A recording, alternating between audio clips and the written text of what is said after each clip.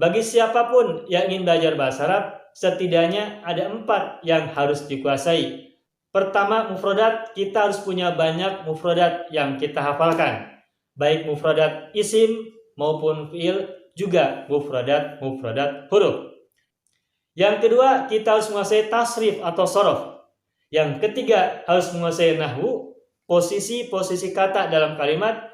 Dan keempat, harus menguasai uslub, yakni redaksi-redaksi atau ungkapan-ungkapan dalam bahasa Arab menurut orang Arab agar kita tidak salah berbicara dalam bahasa Arab.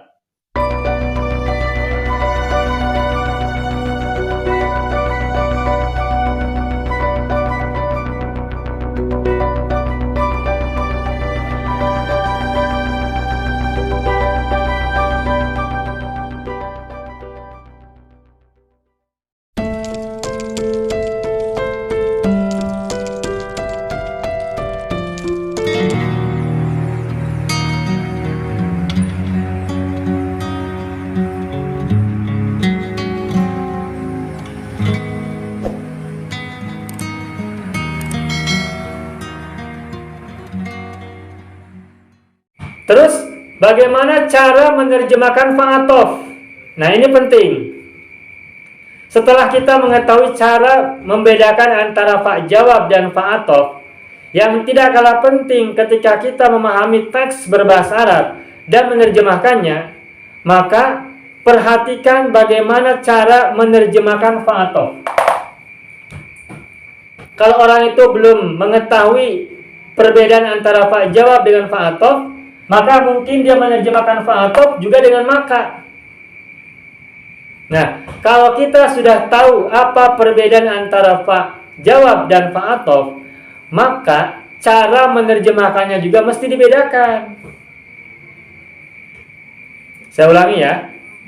Kalau kita sudah tahu apa perbedaan antara fa' jawab dan fa'atof, maka kita juga harus bisa membedakan bagaimana cara menerjemahkan fa' jawab dan fa'atof.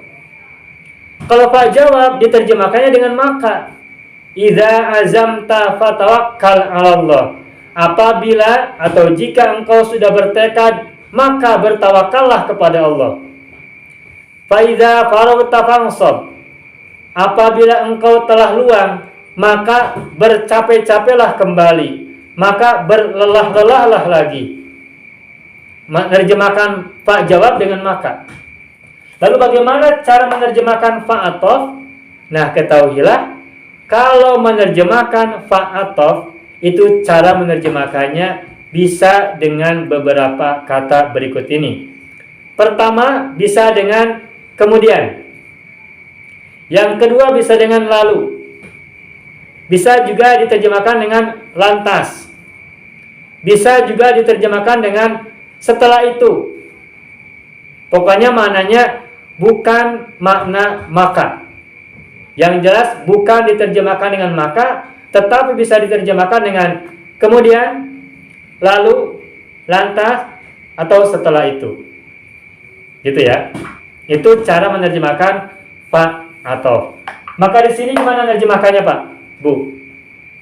Seorang anak kecil melihat gajah di kebun binatang. Terus gimana? Kemudian ia, apa artinya madda? Memanjangkan atau mengulurkan. Kemudian ia mengulurkan yadahu. Yada ini kenapa dia fathah maf'ul bihi ya? Kemudian ia mengulurkan tangannya ilaihi. Kepada siapa? Kepada apa? Kepada gajah bitufahatin. Perhatikan tufahatinya nakiroh. Berarti apanya belum diketahui, belum tertentu. Berarti menerjemahkannya gimana? Kemudian dia memanjangkan atau mengulurkan tangannya kepada gajah tersebut dengan sebuah apel. Karena nakiro, kalau nakiro berarti terjemahkannya gunakan kata yang bermakna belum tertentu. Kalau orang, seorang. Kalau telur, sebutir. Kalau sesuatu berarti sebuah. Kalau binatang, seekor. Dan mana-mana lain. dan kata-kata lain yang semakna untuk mana yang belum tertentu, untuk kata atau sesuatu yang belum tertentu. Nah, karena ini benda, di sini buah, maka nerjemahkannya adalah dengan sebuah apel. Kemudian anak itu mengelurkan tangannya kepada gajah tersebut dengan sebuah apel. Seperti itu ya. Itulah perbedaan antara fa jawab dan fa atof, baik dari segi susunannya dalam kalimat maupun dari segi cara menerjemahkannya. Semoga bermanfaat.